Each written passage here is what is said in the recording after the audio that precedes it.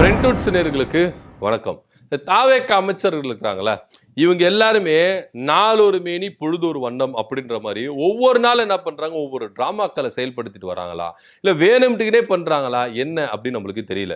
ஏன்னா இவங்க என்ன நினைச்சிட்டு இருக்காங்கன்னா, நம்மள யாரும் பாக்குறது இல்ல, நம்ம எடுத்துட்டு போற கேமரா மட்டும் தான் நம்மள பாக்குது, மத்தபடி நம்மள யாரும் பார்க்கல அப்படின்னு இவங்க நினைச்சு செய்யறாங்களா இல்லையான்னு தெரியல. ஒரு முழுக்க கேமரா உங்க மேலதான் சார் போக்கஸ் ஆகிருக்குது. இந்த தாவேக ஆட்சி மேலையும் முதலமைச்சர் மேலையும் அமைச்சர்கள் மேலையும் எல்லாருடைய போக்கஸும் இருக்குது அப்படின்றத அவங்க மறந்துட்டாங்களா இல்லையா நம்மளுக்கு தெரியவே இல்லை. இதுல ரெண்டு அமைச்சர்கள் சில விஷயங்களை தவற விட்டு இருக்கிறாங்க அப்படிதான் சொல்லணும்.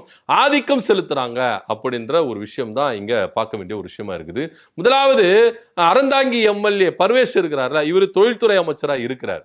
இவர் அடிக்கடிக்கு சில ஆய்வுகள்லாம் மேற்கொள்றாரு. திடீர்னு கோயிலுக்கு போய் ஆய்வு பண்ணுவாரு, அதே போல ஹாஸ்பிட்டலுக்கு போய் ஆய்வு பண்ணுவாரு, துப்புரவு பணியாளர்கள் போய் இது மாதிரி எல்லா விஷயத்துல என்ன பண்ணுவாரு, ஆய்வு மேற்கொள்வார். அப்படிதான் ஆய்வு மேற்கொள்ளும் பொழுது ஒரு துப்புரவு பணியாளர்கள் கோரிக்கை மனு என்ன பண்ணிருக்காங்க, எடுத்துட்டு வந்திருக்காங்க. அது மாத்திரம் இல்லாம சால்வை எடுத்துட்டு வந்திருக்காங்க. நாங்க சமூக நீதி ஆட்சி, சகோதரத்துவ ஆட்சி, சமத்துவ ஆட்சி அப்படின்னு இவங்க மார்த்தட்டி கொண்டுறாங்கல்ல தாவேகாவில் இருக்கிறவங்க எல்லாருமே. ஆனா இங்க ஒரு தூய்மை பணியாளர் தன்னுடைய அமைச்சருக்கு சால்வை அடிக்க வர்றாரு. உடனே அதை போடாதீங்க, கையில கொடுங்க அப்படின்னு சொல்லிட்டு கையில வாங்குறாரு. இது எந்த அளவுக்கு ஒரு நாகரிகம்? இப்போ வசதி படித்தவர்கள் இதற்கும் அதிகமா இருக்கிறவங்க எல்லாருமே உங்களுக்கு சால்வை போத்திட்டு வந்தா தலை வணங்கி குனிஞ்சு என்ன பண்றீங்க, அந்த சால்வையை ஏத்துக்கிறீங்க. இதுவே ஒரு தூய்மை பணியாளர் வந்தா ஏன் நீங்க கையில வாங்குறீங்க? ஏன் அவங்க கிட்ட இது பண்ண சரிங்க, நீங்க அவங்கள ஹானர் பண்ணணும் அப்படின்னா அந்த சால்வை வாங்கி நீங்க அவங்களுக்கு போத்தி இருக்கணுமா இல்லையா? புஷி ஆனந்த் இந்த விஷயத்தை செய்வாரு. அது ஒரு விஷயத்துல பாராட்டலாம். புஷி ஆனந்தை பார்க்க நீங்க போனீங்கன்னா, அவர் சால்வை போட போனீங்கன்னா அந்த சால்வை வாங்கி அவங்களுக்கு திருப்பி போடுவார். இது மரியாதை நிமித்தம். நீ என்ன மரியாதை பண்ணாதப்பா, நான் உன்னை மரியாதை பண்றேன். சின்னவங்களா இருந்தாலும் பெரியவங்களா இருந்தாலும் புஷி ஆனந்த் இந்த ஒரு விஷயத்த நல்ல விஷயத்த பண்றாரு, இதை பாராட்டணும் அப்படின்றது தான் நிதர்சனமான உண்மை. ஒருத்தரங்களை புஷி ஆனந்த் பார்க்க வந்தா சால்வை போட வந்தா அவர் திருப்பி போட்டுருவாரு, கட்டாயப்படுத்தி போட்டுருவாரு. அப்பேற்பட்ட ஒரு மனுஷன். ஆனா இங்க அமைச்சர் பர்வேஷ் உங்களுக்கு இது நல்லதா? ஏன்னா சாதாரண மக்களும் உங்களுக்கு ஓட்டு போட்டிருக்கிறாங்க. உயர் ரகத்துல இருக்கிறவங்களும் உங்களுக்கு என்ன பண்ணிருக்காங்க, ஓட்டு போட்டிருக்காங்க. சோ எல்லாரும் ஓட்டு போட்டிருக்காங்க. இந்த தூய்மை பணியாளர்கள் உங்களுக்கு எவ்வளவு மரியாதை செலுத்தணும், எவ்வளவு ஆசையோட வந்திருப்பாங்க. அமைச்சர் வந்திருக்கிறாரு, அமைச்சருக்கு நம்ம சால்வை போடுவோம், நம்ம அமைச்சரியா, நம்ம தொகுதி அமைச்சரியா, நம்ம சால்வை போடுவேன், எவ்வளவு ஆசையோட வந்திருப்பாங்க. ஆனா அந்த ஆசையை நிராகரிக்கிற விதமா கையில கொடுங்கன்னு சொல்லிட்டு வாங்குறீங்களே, இதுதான் நீங்க அமைச்சராய் பொறுப்பேற்று உங்க தொகுதி மக்களுக்கு, உங்களை தேடி கோரிக்கை வைக்கிற மக்களுக்கு, உங்களை ஆசையா சால்வை போட வந்த மக்களுக்கு கொடுக்கிற மரியாதையா அப்படின்ற ஒரு கேள்வி இருக்குல்ல. இவர் அந்த சால்வையை வாங்கி அவங்களுக்கு திருப்பி போட்டிருந்தா கூட பாராட்டலாம், பரவாயில்ல. தனக்கு ஒரு துப்புரவு பணியாளர் தனக்கு சால்வை போட வந்தாரு, அந்த துப்புரவு பணியாளர்களை இவர் என்ன பண்றாரு, ஹானர் பண்றாரு, மரியாதை பண்றாருன்னு சொல்லிட்டு சால்வை பண்றாரு. அதுவும் கொஞ்சம் தூரமா டிஸ்டன்ஸ் தான் மெயின்டைன் பண்றாரு, கிட்டலாம் போய் சேரல, அப்படியே கொஞ்சம் தூரமா தான் இருந்து என்ன பண்றாரு, அந்த சால்வை வாங்கிக்கிறாரு, அதை கோரிக்கை மனு வாங்கிக்கிறாரு. என்ன உங்க அரசியல் நாகரிகம் அப்படின்றது நம்மளுக்கு தெரியவே இல்லை. அடுத்தபடியா ஒரு ஹாஸ்பிட்டலுக்கு ஆய்வுக்கு போறாரு. ஆய்வுக்கு போனவர் எல்லாமே கரெக்டா இருக்குதா, அது இருக்குதா, இது இருக்குதா அப்படின்னு பாக்குறாரு. பார்த்துட்டு ஒரு ஆபீசர் என்ன பண்றாரு, மெடிக்கல் ஆபீசர் என்ன பண்றாரு, எல்லாத்தையும் டீட்டெயிலா சொல்லிட்டு இருக்கிறாரு. ஓகே அப்படி பார்த்துட்டு நான் போட்டோ காணோம். உங்களுக்கு போட்டோ வைக்கலன்றது பிரச்சனையா? முதலமைச்சர் போட்டோ இருக்குது பிரச்சனையா?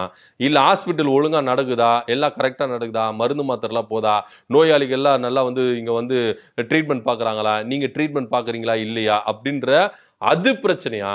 இல்ல ரூம்ல போட்டோ இல்லாத பிரச்சனையா? முதல்ல அது சொல்லுங்க. உங்களுக்கு என்ன போட்டோ இருக்குதோ இல்லையோ, ஆட்சி நடத்துங்களா, ஏன் போட்டோ பிரியர்களா இருக்கிறீங்க தாவேகாவினர்? எனக்கு ஒன்னும் புரியவே இல்லை. எதுக்கத்தாலும் போட்டோ பிரியரா இருக்கிறாங்க. அம்மா உணவகத்துல கூட ஜெயலலிதா போட்டோவை கடந்த ஆட்சி திமுக ஆட்சி அழிக்காம இருந்தது. அவங்க போட்டோலயே வச்சு அந்த அம்மா உணவகம் என்ன பண்ணுது, செயல்பட்டு இருந்தது. ஆனா தாவேகா ஆட்சி வந்தோன்னே அம்மா போட்டோ மேல விஜய் போட்டோ ஓட்டுறீங்க. எதுக்கு இந்த விளம்பரம், வீண் விளம்பரம்? எதுக்கு இந்த போட்டோ மாயத்துல இருக்கீங்க? உங்களுக்கு என்ன பிரச்சனை அப்படின்னு நம்மளுக்கு தெரியல. ஆட்சி ஒழுங்கா நடக்குதா? இங்க ஹாஸ்பிட்டல் ஆய்வு மேற்கொண்ட அமைச்சர் அவர்கள் எல்லாமே கரெக்டா நடக்குதா? எல்லா ரூம்லயும் மாட்டணுமா இவருக்கு போட்டோவை? நீங்க மாட்டிக்கங்க சார், உங்க வீட்டுல எல்லா ரூம்லயும் மாட்டிக்கங்க, யாரு வேணாம்னா. ஒரு ஆய்வுக்கு போன இடத்துல அந்த ஹாஸ்பிட்டல் நல்லா கிளீனா இருக்குதா, அதிகாரிகள் எல்லாம் ஒழுங்கா செயல்படுறாங்களா, டாக்டர்ஸ் டைமுக்கு வராங்களா, நோயாளிகளுக்கு எல்லாம் மருந்து கரெக்டா போதா, மருந்து இருப்பிடம் இருக்குதா, இதெல்லாம் பார்க்காதத விட்டுட்டு போட்டோ இருக்குதா இல்லையா அப்படின்றத பிரச்சனை தான் உங்களுக்கு பெரிய பிரச்சனையா? யாராவது தயவு செய்து இதுமேட்டு வந்து அரசு அலுவலகங்கள்ல பெருசா போட்டோ ஒண்ணு மாட்டிடுங்கப்பா. ஏன்னா ஆய்வுக்குன்னு வர பேர்ல போட்டோ இருக்குதா இல்லையான்னு பாக்குறதுக்கு தான் வராங்களே கண்டி, அங்க ஆய்வுல போயிட்டு அந்த துறை சார்ந்த அலுவலகங்கள்ல எல்லாம் கரெக்டா நடக்குதா அப்படின்றது இவங்க பார்க்க வரல அப்படின்றது மட்டும் தெளிவா தெரியுது. இதுல இன்னொரு விஷயம் என்ன தெரியுமா, அந்த ரூம்ல முதலமைச்சர் போட்டோ இல்லையா, ஜன்னல்ல பெரியார் போட்டோ, இந்த பக்கம் கலைஞர், இந்த பக்கம் மு.க. ஸ்டாலின் போட்டோ போட்டு ஒரு கேலண்டர் ஒண்ணு தொங்கி இருந்திருக்கு. அத கண்ண காமிக்கிறாப்பல ஒரு ஆபீசர் புடிங்கி என்ன பண்றாப்பல தூக்கி போடுறாப்பல. எதுக்கு இந்த மாதிரி ஒரு அரசியல்? தேவையே இல்லையே. ஏன் போட்டோ இருந்தாதான் இப்ப விஜய் முதலமைச்சர்னு தெரியுமா? தெரியவே தேவையில்ல. அவர் தாங்க முதலமைச்சர். யாருங்க இல்லைன்னு சொன்னா? போட்டோ இருந்தாதான் ஒரு முதலமைச்சர், போட்டோ இல்லைன்னா தான் புரோட்டோகால்ன்றாரு. புரோட்டோகாலை முதல்ல இவங்க ஃபாலோ பண்றாங்களா தாவேகாவினர் அப்படின்றத ஒரு பெரிய கேள்விக்குறியாவே இருக்கு. ஏன்னா ஒரு ஆய்வு கூட்டத்துல, அரசாங்கம் நடத்துற ஆய்வு கூட்டத்துல ஒரு அமைச்சருக்கு இணையா பக்கத்துல மாவட்ட செயலாளருக்கு சேர் போட்டு உட்கார வைக்கிறீங்களா? புரோட்டோகால்னா உங்களுக்கு என்ன தெரியுமா? தெரியவே தெரியாது. இவங்களுக்கு எல்லாருக்குமே முதலமைச்சர் விஜய் போட்டோ இருக்கணும் எல்லா அலுவலகங்கள்லயும். இதுக்காக தான் இவங்க ஆய்வுக்கு போறாங்களே கண்டி, மற்றபடி துறை சார்ந்த அலுவலகங்கள்ல எல்லாம் கரெக்டா நடக்குதா, எல்லா டைமுக்கு வருதா போகுதா அப்படின்றது இடவே கிடையாது அப்படின்றது தான் நிதர்சனமான உண்மையா இருக்கு. ஏன்னா அந்த அளவுக்கு தான் தாவேகாவினர் அமைச்சர்கள் ஆய்வு மேற்கொள்றாங்க அப்படின்றதுல எந்தவித மாற்று கருத்து இல்ல. அடுத்தபடியா இன்னொரு அமைச்சர் இருக்கிறாரு, இந்து அறநிலையத்துறை அமைச்சரா திருச்செந்தூர்ல போயிட்டு ஒரு அதிரடி காட்டினார்ல, அமைச்சர் கட்டி 1000 ரூபாய் வாங்குறாங்கப்பா தரிசனத்தை பாக்குறதுக்கு. எந்த அளவுக்கு இவங்க இருக்கிறாங்க அப்படின்னு சொல்லிட்டு அதிரடியா என்ன பண்ணாரு, அந்த ஊழியரை வந்து என்ன பண்ணாரு, சஸ்பெண்ட் பண்ணாரு. அதே போல அந்த ஐயரை வந்து என்ன பண்ணாரு, தடை நீக்கம் பண்ணாரு. இந்த மாதிரி விஷயங்களை வந்து செஞ்சார்ல. போய் ஒரு வாரம் கூட இல்ல, ஸ்பெஷலா ஒரு 4-5 பேர் என்ன பண்ண விஐபி போற வேண்டிய இடத்துக்கு என்ன பண்றாங்க, கும்பலா போறாங்க. இத ஒருத்தர் என்ன பண்ணிருக்காரு, போட்டோ எடுத்து அமைச்சரை கேள்வி கேட்டிருக்கிறாரு. என்ன அமைச்சர் சார், நீங்க வந்துட்டு போனீங்க, எல்லாம் பக்காவா இருந்துருச்சு, பரவாயில்ல, இதுக்கப்புறம் அமைச்சர் வந்து சொல்லிட்டாரு, அமைச்சர் வந்து ஆய்வு பண்ணிட்டாரு, எல்லாத்தையும் லெஃப்ட் ரைட் வாங்கிட்டாரு, ஒழுங்கா இருக்க போது, டைமுக்கு போய் சாமியை பார்த்துடலாம், கமிஷன் இல்லாம போய் சாமியை பார்த்துடலாம், லஞ்சம் கொடுக்காம போய் சாமியை பார்த்துடலாம் இப்படின்னு பெருமூச்சு விடுறதுக்குள்ள ஒரு வாரம் கூட ஆகல, திரும்பவும் இந்த மாதிரி வேலைகள், அதுவும் judge, MPs, MLAs, ministers, CM, PM போற ரூட்ல எடுத்துட்டு போறாங்க, கூட்டுட்டு போறாங்க. என்ன இது, யாரு செய்வா, என்ன தைரியம் உங்களுக்கு அப்படின்னு ஒருத்தர் என்ன பண்ணிருக்காரு, கேள்வி கேட்டிருக்கிறாரு. சோ இதுக்கெல்லாம் இவங்க என்ன பண்ணி, இவங்க எல்லாம் ஒரு கண் துடைப்புக்காக தான் என்ன பண்றாங்க, ஒரு ஆய்வுன்ற பேர்ல கண் துடைப்புக்கு தான் இவங்க நினைச்சுட்டு இருக்காங்க, நம்ம போய் பண்ண அடுத்த செகண்ட் மாறிடும் இருக்கு, வந்த கொஞ்ச நாள்லயே எல்லாமே மாத்திடுவீங்கன்னா முடியாது, இதுக்கப்புறம் தான் சார் உங்களுக்கு எல்லாமே இருக்குது அப்படின்னு நம்ம சொல்லணும். டாஸ்மாக்ல கூட பல அதிரடிகளை திருப்பணத்தை ஏற்படுத்திட்டார் அமைச்சர் அப்படி இப்படின்னு சொல்றாங்க. டாஸ்மாக்ல நடக்கிற பல ஊழல்களை கண்டுபிடிச்சிட்டார் அமைச்சர் அப்படி இப்படின்னு சொல்லிட்டு என்ன பண்றாங்க, பெருமை பாராட்டிக்கிறாங்களா.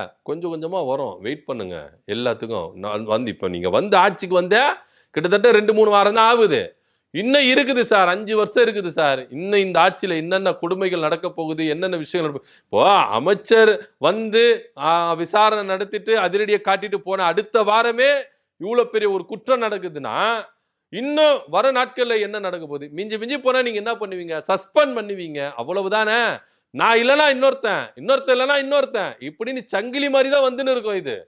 இதுக்கு ஒரு முடிவே இருக்காது. அதை முதல்ல அமைச்சர் வந்து என்ன பண்ணணும், சரி செய்யணும். சிஸ்டம் நீங்க என்ன பண்ணணும், சரி செய்யணும். சிஸ்டம் சரி செய்யாம நான் மேலோட்டமா எல்லாத்தையும் பார்த்துட்டேன், ஆய்வுக்கு வந்தேன், இது மாதிரி நடந்துச்சு, இந்த மாதிரி நான் வந்து அதிரடியா நான் என்ன பண்ணிட்டேன், எல்லாமே பண்ணிட்டேன், இது இல்ல தீர்வு. அதை முதல்ல ஞாபகம் வச்சுக்கோங்க.